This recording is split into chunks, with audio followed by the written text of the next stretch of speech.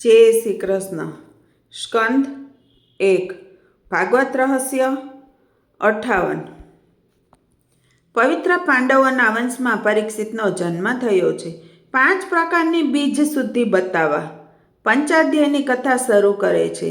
પિતૃશુદ્ધિ, માતૃશુદ્ધિ, વંશશુદ્ધિ, અન્નશુદ્ધિ અને આત્મશુદ્ધિ. જેના 5 પરિપૂર્ણ હોય તેને પ્રભુ દર્શનની આતુરતા જાગે છે. આતુરતા વગર ઈશ્વર દર્શન થતા નથી. પરીક્ષિતમાં 5ની શુદ્ધિ હતી તે બતાવવા આગળની કથા કહેવામાં આવી છે.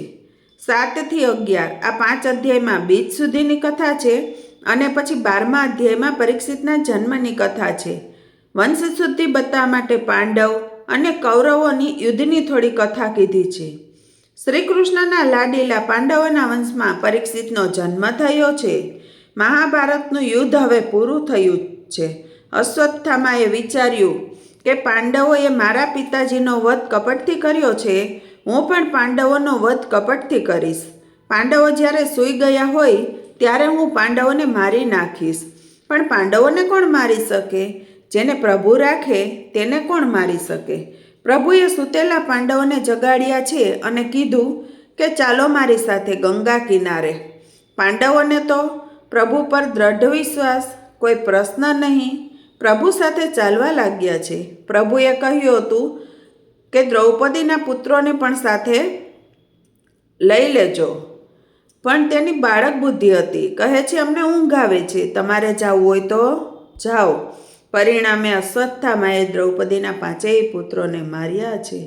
દ્રૌપદી આજે રડે છે, પણ દ્વારિકાનાથને આજે દયા આવતી નથી.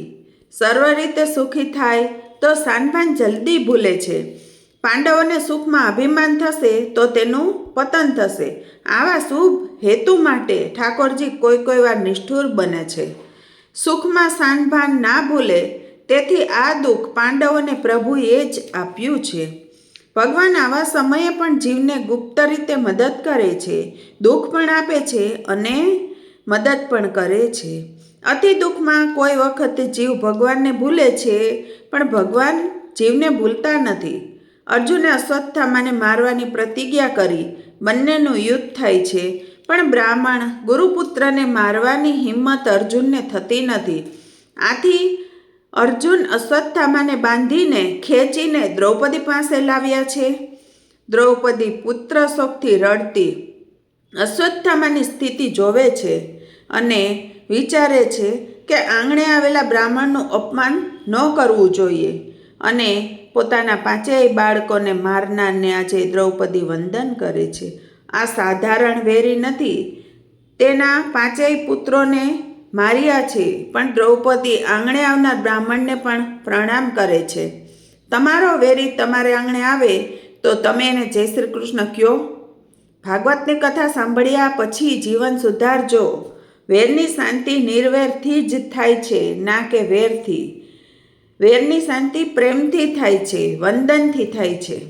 શત્રુમાં પણ ભગવત દ્રષ્ટિ કેળવવાનું ભાગવત શીખવે છે. સજ્જનમાં ભગવાનના દર્શન થાય તે સ્વાભાવિક છે, પણ દુર્જનમાં પણ જ્યારે ભગવાનના દર્શન થાય તે વિશિષ્ટ છે. ભક્ત એ છે જે વેરનો બદલો પ્રેમથી આપે. જય શ્રી કૃષ્ણ કહેવાનો અર્થ જ એ છે કે મને જે દેખાય છે તે બધું કૃષ્ણમય છે. અશ્વત્થામા વિચારે છે ખરેખર દ્રૌપદી વંદનીય છે, હું વંદનીય નથી. તે કહે છે દ્રૌપદી, લોકો તારા વખાણ કરે છે તે ઓછા છે, તું વેરનો બદલો પ્રેમથી આપે છે. દ્રૌપદીના ગુણથી આજે વ્યાસજી પણ તન્મય બન્યા છે. દ્રૌપદીને ઉદ્દેશીને કહે છે કોમળ હૃદયવાળી, સુંદર સ્વભાવવાળી, જેનો સ્વભાવ અતિ સુંદર છે તે ભગવાનને વહાલો લાગે છે. પણ સ્વભાવ સુંદર ક્યારે બને? અપકારનો બદલો ઉપકારથી આપે ત્યારે. દ્રૌપદી બોલી ઉઠ્યા, તેને છોડી દ્યો, તેને મારતા નહીં. આ ગુરુપુત્ર છે. જે વિદ્યા દ્રોણાચાર્યે પોતાના પુત્રને ન આપી પણ તમને તો આપી છે, તે તમે ભૂલી ગયા? બ્રાહ્મણ પરમાત્માનું સ્વરૂપ છે. ગાયને અને બ્રાહ્મણને વંદન છે. દ્રૌપદી એ દયાનું સ્વરૂપ છે. દ્રૌપદી જોડે જીવ ન પરણે ત્યાં સુધી કૃષ્ણ તેના સારથી બનતા નથી. જીવાત્મા બુડ્ઢા કેસ છે અને શ્રીકૃષ્ણ ઋષિકેશ છે. આ જોડી શરીર રથમાં બેઠી છે. ઇન્દ્રિય રૂપી રથ પ્રભુને સોંપો તો કલ્યાણ થાય.